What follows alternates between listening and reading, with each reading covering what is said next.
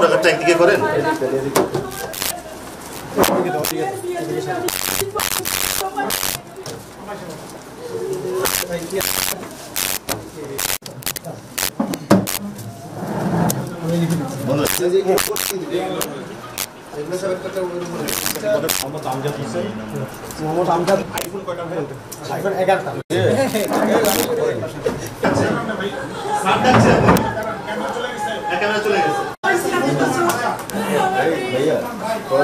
আসসালামু আলাইকুম বন্ধুরা, সবাই কেমন আছেন? আশা করি অনেক অনেক ভালো আছেন। সুপ্রিয় দর্শক শ্রোতা, কয়েকটি কথা আপনাদের সাথে বলবো আর আমি চলে যাব সুজা আমার চাচার কাছে। আমার চাচায় বর্তমান বাংলাদেশের যে পরিস্থিতি, সেই পরিস্থিতি নিয়ে চাচার কাছে কিছু কথা বলবো। আর আপনারা ইতিমধ্যে শুরু থেকে যে ভিডিও ক্লিপের অংশটা দেখেছেন, এই ভিডিও নিয়ে কয়েকটি কথা আপনাদের সাথে শেয়ার করব আমার চাচার মাধ্যমে। দর্শক, আমি ইতিমধ্যে দেখতে পারতেছেন আমাদের স্টুডিওতে আমাদের চাচা এসে গেছে। আর এই চাচার কাছে আমার একটি বিনোদন আবেদন যে চাচা, আপনি আজকে প্রশ্ন করবে, আপনার কাছে কিছু প্রশ্ন রাখবো, আপনি উত্তর দিবেন। আর সবচেয়ে বড় কথা হচ্ছে লোকে আপনি চুপচাপ থাকবেন, আপনি কিছু বলতে পারবেন না, আপনি শুধু শুনবেন। তো আজকে আমরা চলে যাব মূল ভিডিওতে। তো শুরু থেকে যে ভিডিও ক্লিপটা দেখেছেন, ইনি কিন্তু আমাদের দেখতেছেন সাবেক সচিব, উনি পানি মন্ত্রণালয়ের সচিব ছিল। আর উনার বাসার থেকে বর্তমান অন্তর্বর্তীকালে সরকারের যে প্রধান সেনাবাহিনীর একদল টিম সারা বাংলাদেশে গঠন করেছে দুর্নীতির বিরুদ্ধে রুখে দাঁড়ানো এবং অবৈধ অস্ত্র শস্ত্র টাকা পয়সা যেখানে যেভাবে বিগত সরকারের আমলে লুটপাট করে ঘরের মধ্যে রেখেছিল, ব্যাংকে জমা দেয় নাই, বিদেশে পাচার করছে। তো এই ধরনের ঘটনা যেখানেই ঘটছে আমাদের এই চাচা সবকিছুই জানে। তো আজকে চাচার মাধ্যমে জানবো যে চাচা, আপনি বলবেন যে আমাদের যে সাবেক সচিব, উনি যে এত টাকা পয়সা উনি যে দুর্নীতি করেছে, উনি কেন দুর্নীতি করলো? এই টাকাগুলো তো দেশের জনগণের টাকা। ওনাকে আজকে বুড়ো বয়সে, উনি একজন সরকারি ভালো সচিব ছিল, সরকারি একজন চাকরিজীবী, সরকার তো ওনাকে বেতন দিত। তাহলে কিসের জন্য উনি এই যে অবৈধ টাকা পয়সা জমাইয়ে দেখেন এখানে শুরু থেকে আপনারা দেখেছেন, আপনাদেরকে দেখাবো ভিডিওর অংশ বিশেষ। তো ওখানে 12টা আইফোন পাওয়া গেছে ওনার বাসায়।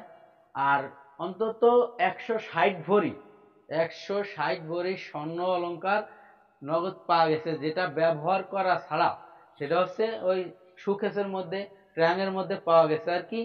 সেটা অভিযান করে সেনাবাহিনীর সদস্যরা অভিযান দিয়ে তার বাড়ি তল্লাশি করে এই জিনিসগুলো পাওয়া গেছে। আর নগদ টাকার অর্থ, এই টাকার পরিমাণ যদি আপনারা জানেন, হয়তো আপনাদের মাথায় আকাশ ভেঙে পড়তে পারে।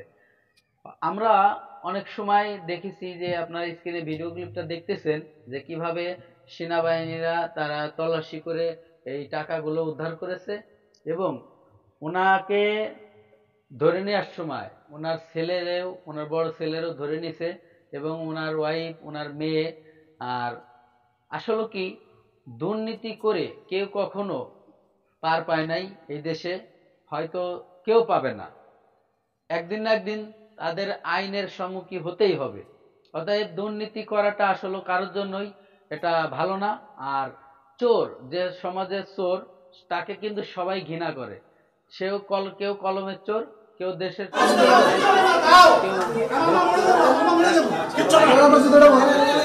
কিন্তু বড় বড় চোরদের কিন্তু কোনো বিচার হয় না। চোর বিচার হয় ছোট ছোট চোরদের। একটা রুটি চুরি করে, আমাদের বাংলাদেশে আমরা দেখেছি, একটা রুটি চুরি করার অপরাধে তাকে মারতে মারতে এই দুনিয়া থেকে বিদায় করে দিছে। একটা রুটি, তার তো খিদের যন্ত্রণা, সে রুটিটা চুরি করেছিল। আর কিছু কিছু চোর আছে, তারা ইচ্ছাকৃত আনন্দ করে চুরি করে, যেমনটি এখন বিচারের সম্মুখীন তারা হয়েছে, তাদেরকে কিন্তু এখন দেখা যাচ্ছে। কিন্তু প্রশ্ন আসছে যে আপনাকে তো সরকার বেতন দিত, আপনি কিসের জন্য আপনার এত টাকা করতে হবে? একটা মানুষ যদি 20 বছর চাকরি করে, 25 বছর চাকরি করার পরে সে রিটায়ার্ড হয়, সে পেনশন পায়, সরকার আপনাকে পেনশন দিচ্ছে। এবং আপনার পূর্বপুরুষ বসে খাইতে পারবে সে ধরনের পেনশন দিচ্ছে, তাহলে কিসের জন্য আপনার এই দুর্নীতি করতে হবে? উনি ছিল পানি মন্ত্রণালয়ের সচিব, আমরা যেটা জানতে পেরেছি, যমুনা টিভি নিউজ করেছে। তো এই সচিব শুধুমাত্র নগদ অর্থ ওনার কাছে ওনার বাড়িতে পাওয়া গেছে। আর আমাদের যে চাচা, ওনাকে যদি কিছু বলি, হ্যাঁ ওনাকে যদি কিছু বলি, উনি দেখেন চুপচাপ। উনি কোনো, যেখানে মনে করেন তেরা বেঁকা কথা আছে, কথার উত্তর দেওয়া লাগবে, বিপদে পড়ে গেছে, চাচাই কিন্তু ওখানে চুপচাপ থাকে, চাচাই কোনো কথাবার্তা বলে না। আসল কথা বলার মতো কোনো ভাষা নাই। এই যে দুর্নীতিগুলো করছে, কোনো ভাষা নাই। সেনাবাহিনীর অভিযানে যখন বাপ বেটাকে একসাথে ধরে নিচ্ছিল, তখন কিন্তু যে রিয়াকশনটা হয়েছিল, ওনার স্ত্রী, ওনার মেয়ে, তখন কিন্তু অনেক কান্নাকাটি করেছিল। স্বাভাবিকভাবে যদি এটা ভাবি, তখন কিন্তু অনেক কষ্টকর। কারণ এই শেষ বয়সে একজন সচিব জেলে যাবে এবং সে তার হাতে হাত কড়া পরাবে, পুলিশ কিভাবে তাদেরকে ধরে নিচ্ছে, যেমনটি একটা ছেঁচড়া চোরকে যেভাবে ধরে নিয়ে যায়, ঠিক তেমনটাই ধরে নিচ্ছে, কোনো ইজ্জত সম্মান কিছুই নাই। কেন? উনি চোর, সে যে ধরনেরই চোর হোক, উনিও একটা চোর। কারণ উনি যদি চোর না হইতো,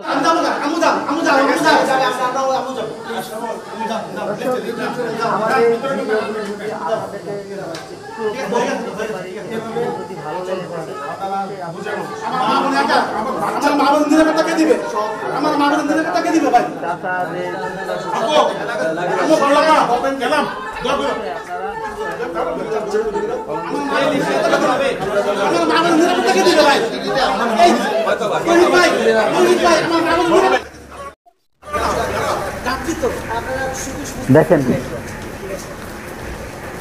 দেখেন একটু চেয়ে চেয়ে দেখেন কি করতেছে আমাদের অন্তর্বর্তীকালে সরকারের আমলে যে সেনাবাহিনী যে অভিযানে নেমেছিল, সেই অভিযানের মূল দৃশ্য দেখেন। একটা বাসার থেকে মানে মনে হচ্ছে ছোটখাটো একটা ব্যাংক।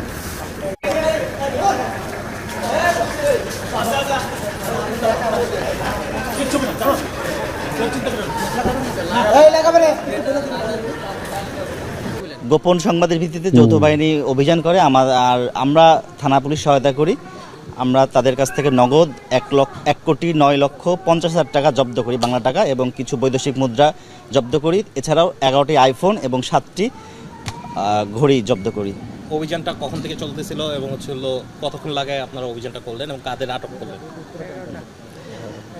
অভিযান মোটামুটি 3 ঘন্টা ধরে চলছে। আর আসলে বলার কোনো ভাষা নেই যে একজন মানুষের মামলা রুজু হবে এবং কি বলবো, আসলে পুলিশের কাজ করবে। সম্মানিত ভিউয়ার্স, এতক্ষণে আপনারা যে ভিডিও ক্লিপটা দেখেছেন, আশা করি হয়তো আপনাদের ভালো লেগেছে। যদি ভালো লেগে থাকে, অবশ্যই আপনার মূল্যবান মতামত কমেন্ট বক্সে কমেন্ট করে জানাবেন। আর এর নিত্য নতুন ভিডিও দেখার জন্য অবশ্যই চ্যানেলটিকে সাবস্ক্রাইব করে রাখবেন, ভিডিওগুলো লাইক কমেন্ট শেয়ার করে দেবেন। আজকের মতো ভিডিও থেকে বিদায় নিচ্ছি। সবাই ভালো থাকবেন, সুস্থ থাকবেন, আল্লাহ হাফেজ। ব্যবস্থা যেটা